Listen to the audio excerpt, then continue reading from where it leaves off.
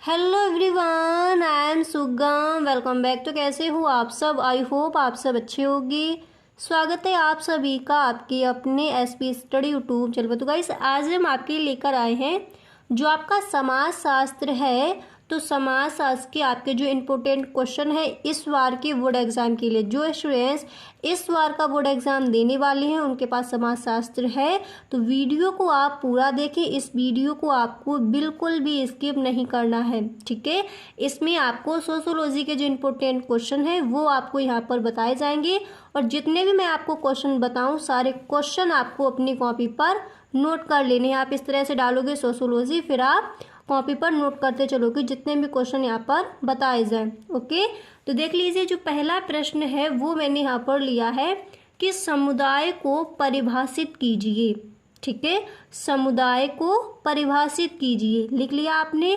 इसके बाद देख लीजिए यहाँ पर अगला प्रश्न है कि उपनिवेशवाद का क्या अर्थ है। और देखिए यहाँ पर इस तरह से क्वेश्चन है कि उपनिवेशवाद का क्या अर्थ है। यही क्वेश्चन आपसे इस तरह से भी पूछा जा सकता है कि उपनिवेशवाद से आप क्या समझते हैं। ठीक है, और इसके बाद देख लीजिए अगला प्रश्न आपका क्या है। अगला प्रश्न है यहाँ पर कि जनांकी की परिभाषा दीजिए। ठीक है, ये प्रश्न आपको भी पता है, कई बार पूछा गया है कि जनांकी की परिभाषा दीजिए। तो इसको आपको अच्छे से तैयार कर लेना है इस वाले प्रश्न को। एंड जो आपका दिया गया है उपनिवेशवाद, ये भी आपका इम्पोर्टेंट है, तो दोनों क्वेश्चन आपको अच्छे से तैयार करने हैं। इसके बाद देखिए अगला प्रश्न मैंने यहाँ पर लिया है, ग्रामीण समाज की प्रमुख समस्याएं क्या हैं। ठीक है, देखिए ये आपका जो उपनिवेशवाद दिया गया ये तो आपका आता है ज़्यादातर अतलग उत्तरीय प्रश्न में, यानी जो आपके very short answer type question होते हैं उनमें ये आपका आस्क किया जाता है। पर जो आपका ये प्रश्न है कि ग्रामीण समाज की प्रमुख समस्याएं क्या हैं, तो ये क्वेश्चन आपका लघु उत्तरीय प्रश्न में पूछा जाता है। जो आपके शॉर्ट आंसर टाइप क्वेश्चंस आते हैं पेपर में उसमें आपका ये पूछा जाता है, तो इसको आपको थोड़ा विस्तृत में, थोड़ा लॉन्ग में इसको आप याद कीजिए। ठीक है, अगर आपका विस्तृत में भी आए तब भी वहाँ पर आप लिख सको। ठीक है, अब इसके बाद देख लीजिए अगला प्रश्न मैंने यहाँ पर लिया है कि संयुक्त परिवार से आप क्या समझते हैं। अब मैंने यहाँ पर देखिए क्वेश्चन रखा है कि संयुक्त परिवार से आप क्या समझते हैं। आप यहाँ पर वो भी याद कर लोगे कि परिवार क्या है, परिवार की परिभाषा क्या है। ठीक है, लघु उत्तरीय प्रश्न में ये आपके प्रश्न पूछे जाते हैं। अगर आपका ये आता है कि संयुक्त परिवार से आप क्या समझते हैं, तो कई बार ये क्वेश्चन अतलग उत्तरीय प्रश्न में भी देखा गया है। और जो आपका परिवार क्या है, परिवार से क्या आशय है, परिवार के प्रकार कौन कौन से हैं, तो अगर इस तरह से क्वेश्चन आता है तो वो फिर आपका आता है लघु उत्तरीय प्रश्न में। ठीक है, तो दोनों ही आपको तैयार कर लेने हैं। क्लियर हुआ? अब चलिए आगे देखिए कौन सा प्रश्न है आपका। तो प्रश्न यहाँ पर दिया गया है, आप देख सकती हो, देख लीजिए। प्रश्न है कि नातेदारी व्यवस्था से आप क्या समझते हैं। ठीक है, नातेदारी व्यवस्था से आप क्या समझते हैं, इसको तैयार कर लीजिए। इसके बाद ये क्वेश्चन जो है आपका कई बार पूछा गया है।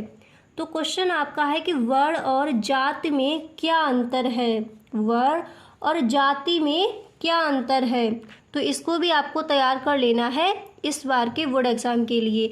अब यहाँ तक आपको क्लियर हो गया। इसके बाद देख लीजिए जो अगला प्रश्न है वो मैंने यहाँ पर लिया कि जातिवाद की समस्या पर प्रकाश डालिए। ठीक है, जातिवाद की समस्या पर प्रकाश डालिए। अब यहाँ पर आप समझिए, देखिए जातिवाद और जाति जो आपके अलग अलग जो चैप्टर हैं दोनों आपको अच्छे से तैयार करने, क्योंकि देखिए जातिवाद की समस्या पर प्रकाश डालिए या फिर जातिवाद से आप क्या समझते हैं, या फिर क्वेश्चन आपका आता है कि जाति क्या, जातिवाद और जो आपकी जाति है और जनजाति है। ठीक है, जाति जनजाति अलग अलग है आपकी, तो दोनों ही आपको तैयार कर लेनी है।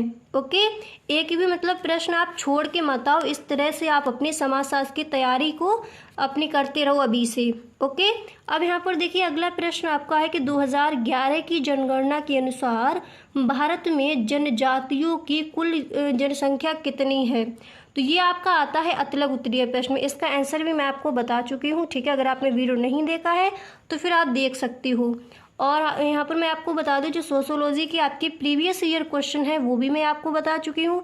वो वीडियो अगर आप देख लेते तो आपको वहाँ से बहुत हेल्प मिलती है। ठीक है, देखिए 3 साल के जो आपके प्रीवियस ईयर क्वेश्चन है, ठीक है, वो मैंने उस वीडियो में आपको बताया। अगर आपने वीडियो नहीं देखा है तो डिस्क्रिप्शन बॉक्स में आपको लिंक मिल जाएगा, वहाँ से आप देख सकती हो। क्लियर। चलिए आगे कौन सा आपका प्रश्न है, पढ़िए। प्रश्न आपका यहाँ पर दिया गया है, प्रश्न को आप पढ़िए कि अदृश्य हाथ से आप क्या समझते हैं। ठीक है, अदृश्य हाथ से आप क्या समझते हैं। लघु उत्तरीय प्रश्न में क्वेश्चन आस्क किया जाता है, अदृश्य हाथ से आप क्या समझते हैं। अब इसके बाद यहाँ पर आप देख सकते हो अगला प्रश्न है आपका कि बाजार, ये देखिए very very most important question है कि बाजार की परिभाषा और 4 विशेषताएं बताइए। मैंने यहाँ पर एक में ही कर दिया है। इस तरह से आपका क्वेश्चन आता है कि बाजार से क्या आशय है, या फिर इस तरह से आएगा बाजार का अर्थ लिखिए, या फिर यही क्वेश्चन घुमाकर इस तरह से बोल दिया जाए कि बाजार की परिभाषा दीजिए। ठीक है, इसके बाद देखिए मैंने यहाँ पर दोनों ये कर दिया, या फिर ये आएगा बाजार का अर्थ, बाजार की परिभाषा, या फिर बाजार से क्या आशय, या फिर आपका क्वेश्चन ये आएगा कि बाजार की 4 विशेषताएं बताइए। तो ये आपको तैयार करनी है। ठीक है, अब इसके बाद यहाँ पर आप देख सकते हो अगला प्रश्न आपका दिया गया है। नेक्स्ट प्रश्न को पढ़िए कि सामाजिक असमानता से क्या आशय है। सामाजिक असमानता से क्या आशय है, इसको आप तैयार करेंगे। एंड इसके बाद देख लीजिए आपका अगला प्रश्न है कि दलित शब्द का शाब्दिक अर्थ क्या है। अब यहाँ पर देख लीजिए क्वेश्चन मैंने इस तरह से आपको बताया कि दलित शब्द का शाब्दिक अर्थ, और क्वेश्चन आपको इस तरह से भी इसको तैयार कर लेना है कि दलित से आप क्या समझते हैं। इस तरह से भी प्रश्न आपका बोर्ड एग्जाम में पूछा जाता है। जैसे यहाँ पर मैंने प्रश्न लिया कि दलित का शाब्दिक अर्थ, तो इस तरह से तो क्वेश्चन नहीं आस्क किया जाता, फिर भी मैंने बता दिया है आपको इस तरह से तैयार करना है कि दलित से आप क्या समझते हैं। जो आपका आंसर है उसको आप तैयार कर लीजिए। ठीक है, अब यहाँ पर आप देख सकते हो जो अगला प्रश्न है आपका, नेक्स्ट प्रश्न यहाँ पर दिया गया है, ये आपका आएगा विस्तृत उत्तरीय प्रश्न में या फिर आपका लघु उत्तरीय प्रश्न में।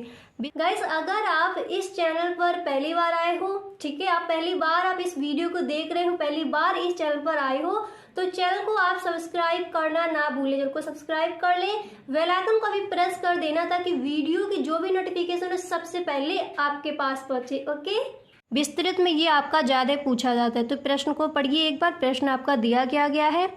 तो प्रश्न है आपका कि लैंगिक विषमता के लिए उत्तरदायी किन्हीं 3 कारणों का उल्लेख कीजिए। ठीक है, लैंगिक विषमता के लिए उत्तरदायी किन्हीं 3 कारणों का आपको उल्लेख करना है। ठीक है, अब इसके बाद देख लीजिए यहाँ पर आपका नेक्स्ट प्रश्न है, आप पढ़ सकते हो। अगला प्रश्न है कि अल्पसंख्यक वर्ग का क्या तात्पर्य है। ये क्वेश्चन भी आपका इम्पोर्टेंट है। ठीक है, अच्छे से याद कर लेना, very very most important question है ये आपका कि अल्पसंख्यक वर्ग का क्या तात्पर्य है। इसके बाद यहाँ पर आप देख सकते हो एंड में आपका क्वेश्चन मैंने लिया है कि विकलांगता से आप क्या समझते हैं। इसको भी आप अच्छे से तैयार कर लेना। ठीक है, विकलांगता से आप क्या समझते हैं। अब यहाँ पर आपको समझ आएगा, एक बार दोबारा से आप पूरा देख लीजिए। अगर आपने पहले से नहीं लिख पाया है तो आप दोबारा से देख सकते हो, यहाँ पर देख लीजिए, और सारे आपको अपनी कॉपी पर नोट कर लेने हैं। ठीक है, बिल्कुल भी आपको ये नहीं करना कि अगर आपने देख लिया है वीडियो फिर आप नोट ना करो, नोट कर लेना है आपको। जितने भी क्वेश्चन मैंने यहाँ पर दिए हैं सारे क्वेश्चन आपको अपनी कॉपी पर नोट करने, फिर इनके जो आंसर हैं उनको आपको याद करना है। जब आपका बोर्ड एग्जाम पास आएगा फिर उन्हीं को आप रिवाइज करने के बाद तब आप अपना बोर्ड एग्जाम देने जाओगे। ठीक है, अभी आप इतना कीजिए, इसके बाद जो आपके मॉडल पेपर है वो भी आपको सॉल्व करा दिए जाएंगे इसी चैनल पर। ठीक है, तो देखिए अगर आपको वीडियो पसंद आया है तो वीडियो को आप एक लाइक ज़रूर कर दें। अगर वीडियो पसंद नहीं आया है तो इस वीडियो को आप डिसलाइक करके भी जा सकते हो। Okay, thank you so much.